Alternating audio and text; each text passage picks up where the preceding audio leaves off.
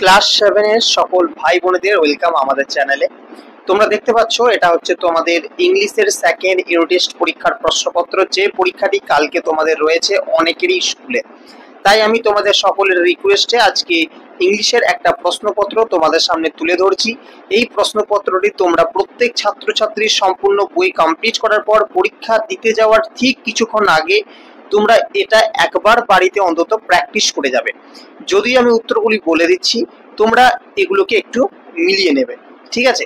তো তোমরা স্ক্রিনশট নিয়ে রাখতে পারো, কারণ তোমরা যখন প্র্যাকটিস করবে তখন সেটা তোমাদের কাজে দেবে। তো প্রথমেই তোমাদের একটা সিন থাকবে। তো এই যে সিনটা আছে, এই সিনটা আমি কিন্তু বলে দিয়েছি যে কোন সিনটা, আঙ্কেল পোজারের সিন, যেটা ইউনিট 1 এর পেজ নম্বর 44 নম্বর পেজের রয়েছে। তো এই সিনটা থেকে তোমাদের প্রথমে একটা সিন দিয়ে দেওয়া হলো। সিনটা আমি এই কারণেই পড়ছি না, কারণ যেহেতু তোমাদের সিনটা অলরেডি দেওয়া আছে, তো সেক্ষেত্রে তোমরা অনেকেই পড়ে থাকবে টেক্সট বইয়ে, তাই আমি সিনটা পড়ছি না। তবে নিচের যে অ্যান্সার গুলো আছে প্রত্যেকটা কিন্তু আমি বলে দিচ্ছি, প্রত্যেককেই ভালোভাবে করে নাও। কিন্তু তার আগে তোমরা সিনটা কিন্তু অবশ্যই স্ক্রিনশট নিয়ে একবার ভালো করে তোমরা পড়ে নাও। তারপর আমি যে উত্তরগুলো বলছি তোমরা খাতায় অ্যান্সার গুলো পড়ার পর মিলিয়ে নেবে। প্রথম যে প্রশ্ন আছে, দেখো তোমাদের এখানে ট্রু ফলস করতে হবে, ঠিক আছে? চারটে দেওয়া আছে। প্রথম যেটি আছে যে uncle Podger was looking for the handkerchief to stop bleeding, এটা হচ্ছে ট্রু। 2 নম্বর কোশ্চেন আছে uncle Podger finally found his coat, এটাও হবে ট্রু। 3 নম্বর প্রশ্ন he was an expert in the job he was doing, false. 4 নম্বর প্রশ্ন he remained cool while searching for the coat, এটাও হবে ফলস। আচ্ছা, এরপর আমরা বি এর দাগে চলে আসবো। বি এর দাগে তোমাদেরকে সেখান থেকে কিছু কোশ্চেন দেওয়া হয়েছে, 1 মার্কসের কোশ্চেন। এগুলো কি কি কোশ্চেন দেওয়া রয়েছে একটু দেখে নিই। প্রথমেই how did uncle Podger cut himself, অ্যান্সারটা তোমাদেরকে ঠিক এভাবে লিখতে হবে, to save the glass from breaking into pieces uncle Podger cut himself. 2 number প্রশ্ন why did uncle Podger want his coat, কেন আঙ্কেল পোজার তার কোটটি চেয়েছিলেন? কারণটা হচ্ছে, উত্তরটা তোমাদেরকে এভাবে গুছিয়ে লিখতে হবে যে uncle Podger needed his handkerchief which was in the coat's pocket, that is why he wanted coat. মানে আঙ্কেল পোজারের কেন ওই কোটটা প্রয়োজন ছিল, কারণ আঙ্কেল পোজার যে রুমালটি খুঁজছিলেন সেই রুমালটি সেই কোটের পকেটের মধ্যে ছিল, তাই তার কোটটা প্রয়োজন ছিল। 3 নম্বর প্রশ্ন where did he find his coat, uncle Podger মানে সে কোথায় তার কোটটা খুঁজে পেয়েছিলেন? তো উত্তরটা হচ্ছে he found the coat on the chair upon which he was sitting, uncle Podger কোটটা সেখানেই খুঁজে পেয়েছিলেন, সেই চেয়ারটার উপর যেখানে সে বসেছিলেন।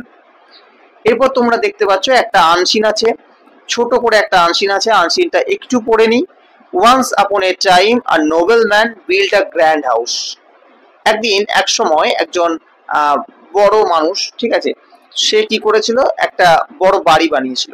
বিখ্যাত একটা মানুষ এক বিখ্যাত বাড়ি বানিয়েছে। On the front of the gate he wrote the words this house is to be given to the first man who can prove that he is contented. আচ্ছা, আমি তোমাদের সমস্তটা পড়ে শোনাচ্ছি না, কারণ ভিডিওটা অনেকখানি বড় হয়ে যাবে, আর কালকে যেহেতু তোমাদের পরীক্ষা রয়েছে তাই এতক্ষণ সময় ধরে তোমাদের পক্ষে ভিডিও দেখা সম্ভব হবে না। তোমরা বরং এটা প্র্যাকটিস করবে, আমি অ্যান্সারগুলো বলে দিচ্ছি, তোমরা এটা স্ক্রিনশটটা নিয়ে নাও, প্রশ্নের প্যাটার্নটা বুঝে নাও, প্রশ্ন কেমন আসে সেটা বুঝে নাও, তাহলেই হবে। তো উত্তরগুলো আমি একটু বলে দিচ্ছি, উত্তরগুলো এগুলো অ্যান্সার না বলাই ভালো হবে, তোমাদের আনসিনের অ্যান্সার বলবো না, তোমরা স্ক্রিনশট নিয়ে নিজেরাই প্র্যাকটিস করবে। কোশ্চেনগুলো কি আছে দেখে নাও। Here the word stranger means, 3টি অপশন আছে, an unknown person, a guest, a friend.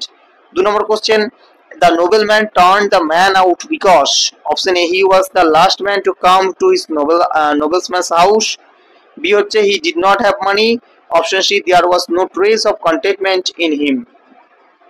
Answer the following questions, যদিও এই কোশ্চেন অ্যান্সার গুলো আমি আগে থেকে লিখে রেখেছি। What did the nobleman want to give, answer হচ্ছে the nobleman wanted to give a grand house।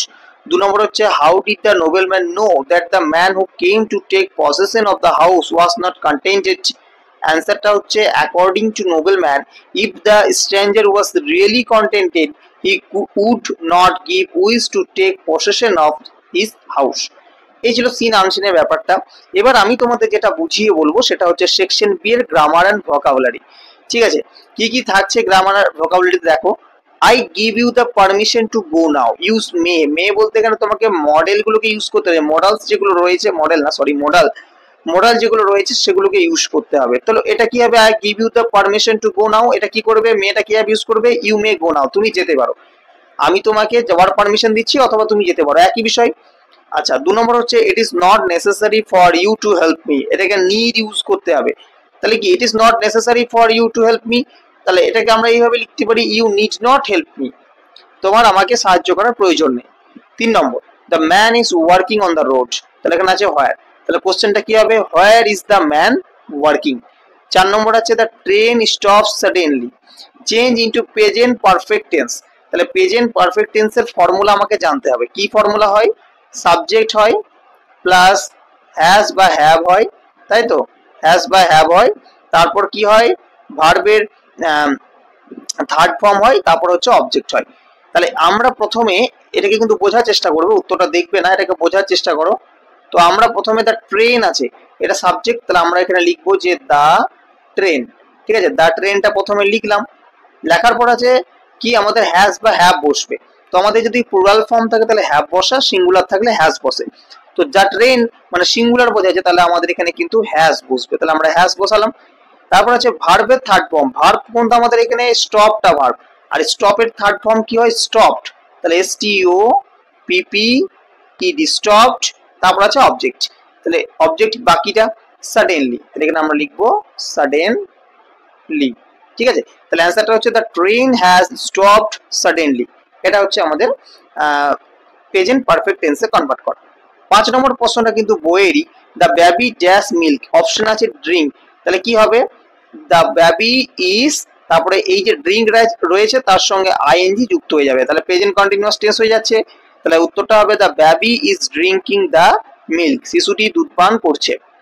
তারপরে যে গ্রামারটি আছে দেখো কি আছে, 6 number he dash as he worked hard, fill in the blanks with the verb in the simple future tense, simple future এর formula কি, subject plus will বা shall plus ভার্বের থার্ড ফর্ম প্লাস অবজেক্ট, তাহলে এখানে আছে হি, তো হি এর সাথে আমাদের কি বসে, উইল না শ্যাল, উইল বসে, তাহলে উইল বসালাম, তারপর ভার্বের যে সেকেন্ড থার্ড ফর্মটা আছে আমাদের এখানে ভার্বটা দেখো দেওয়া আছে সাকসিড, তো আমরা এখানে সাকসিড লিখে দেবো, ঠিক আছে, সাকসিডটা লিখে দিলাম, তাহলে উইল সাকসিড লিখে দিলে বাকিটা কিন্তু হয়ে যাবে।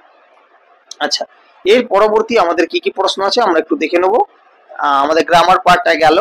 আচ্ছা অপশন সরি সেকশন সি তে তোমাদের থাকছে রাইটিং স্কিল, এটা 7 নম্বরের, আগের প্যাটার্নে 7 নম্বর ছিল, বর্তমানে তোমাদের এটা কিন্তু 10 নম্বরে দেওয়া হবে। তো এই রাইটিংটা তো দিয়েছে, আমি তোমাদের একেবারে উত্তরটা সমেত করে দেখিয়ে দিয়েছি।